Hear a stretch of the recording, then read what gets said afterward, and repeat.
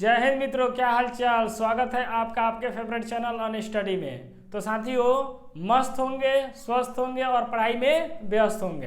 तो चलिए हम लोग देखते हैं आज परमाणु के बारे में। परमाणु हम लोग पढ़ते हैं कि परमाणु क्या होता है, परमाणु का साइज क्या होता है और परमाणु में क्या क्या पाए जाते हैं। क्या परमाणु को हम तोड़ सकते हैं, क्या परमाणु को हम जोड़ सकते हैं, क्या परमाणु में क्या क्या ऐसी बातें होता है जो रोचक होता है, उसको हम लोग मैजिक स्टाइल में समझने का प्रयास करेंगे। तो चलिए सबसे पहले हम लोग जानेंगे परमाणु का परिभाषा क्या होता है। तो देखिए साथियों, यहाँ पे लिखा गया है कि परमाणु वह कण जिसे छोटे कणों में विभाजित नहीं किया जा सकता है। देख रहे हैं साथियों, विभाजित नहीं किया जा सकता है, उसको हम क्या बोलते हैं, परमाणु बोलते हैं। यहाँ पे देख रहे हैं जैसे हीलियम बोले हम, हाइड्रोजन बोले हम, ईटीसी हम लोग बोल सकते हैं। जो परमाणु के जो कण होते हैं उसको हम विभाजित नहीं कर सकते, किसी भौतिक या रासायनिक विधि के द्वारा उसको हम लोग तोड़ नहीं सकते हैं।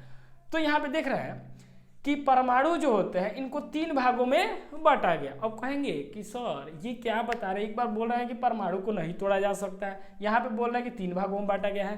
तो ये सबसे छोटी इकाई होता है जिसमें और उससे छोटा हम लोग नहीं तोड़ सकते हैं।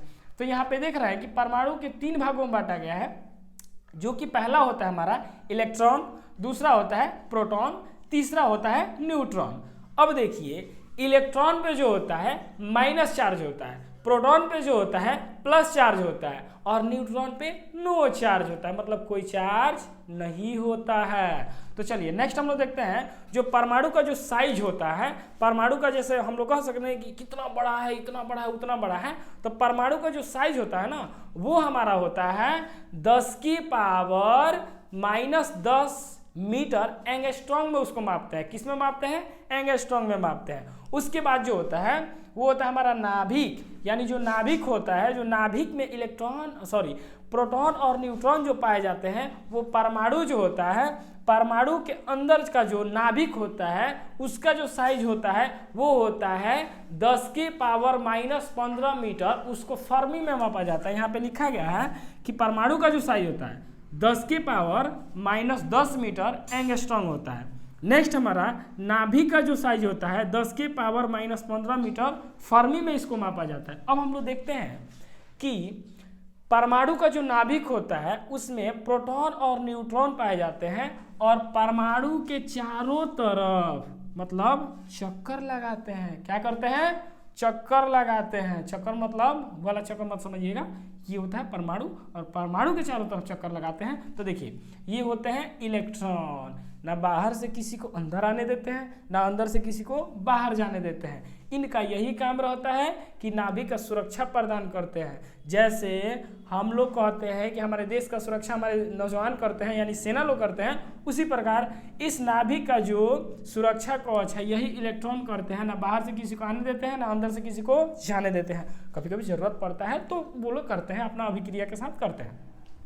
तो प्रोटॉन पे प्लस चार्ज होता है जो नाभिक के अंदर होता है, न्यूट्रॉन पे नो चार्ज होता है, कोई चार्ज नहीं होता है। तो ये भी कहाँ होता है, नाभिक में होता है। और इलेक्ट्रॉन जो होता है परमाणु के चारों तरफ चक्कर लगाते रहता है। तो अब देखिए, और परमाणु पे जो इलेक्ट्रॉन पे जो होता है माइनस चार्ज होता है। अब हम लोग समझेंगे कि नाभिक में जो कक्ष होते हैं, जो प्रथम, द्वितीय, तृतीय, चतुर्थ, ऐसे करके हमारा कक्ष होता है, और उस कक्ष में हम ये समझने का प्रयास करेंगे कि उस कक्ष में हम कितने इलेक्ट्रॉन को भर सकते हैं। तो याद रखिएगा साथियों कि पहला कक्ष हम बोलते हैं K, दूसरा को L, तीसरा को M बोलते हैं। और ये जो होता है हमको ये काउंट करेंगे हम लोग, तो इसको बोलेंगे 1, इसको बोलेंगे 2 और इसको बोलेंगे 3, यानी 3 कक्ष ही बना है। और भी हो सकता है, और भी ज़्यादा हो सकता है। तो हम लोग देखेंगे K, L, M, और K बोलो तो 1 के बराबर रखेंगे, L बोलो तो 2 के बराबर रखेंगे और M बोलो तो 3 के बराबर रखेंगे। M के बाद N हो सकता है, O हो सकता है, P हो सकता है, ऐसे करके हम लोग देखेंगे।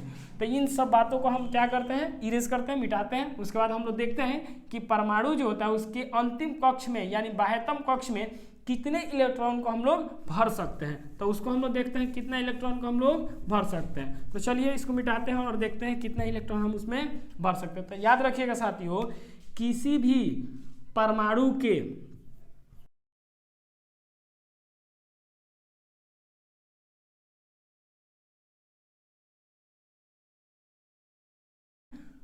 2n²। क्या होता है? 2n²। तो अब देखिए क्या होता है, 2 हमारा क्या होता है, n क्या होता है, n² बराबर क्या होता है, पहले इसको हम लोग समझते हैं। तो n बोलो तो क्या होता है, नंबर जो बताएगा कि कक्ष की कौन सी कक्ष है, यानी 1 2 3 4।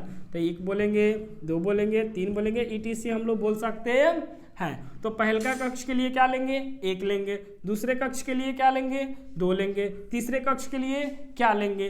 तो हम लोग कुछ इस तरीका से हम लोग भर सकते हैं। तो चलिए पहला कक्ष में हम लोग भर के देखते हैं कि के जो कक्ष होता है, यानी के हमारा जो कक्ष होता है वो 1 के बराबर होता है, एल जो कक्ष होता है वो 2 के बराबर होता है।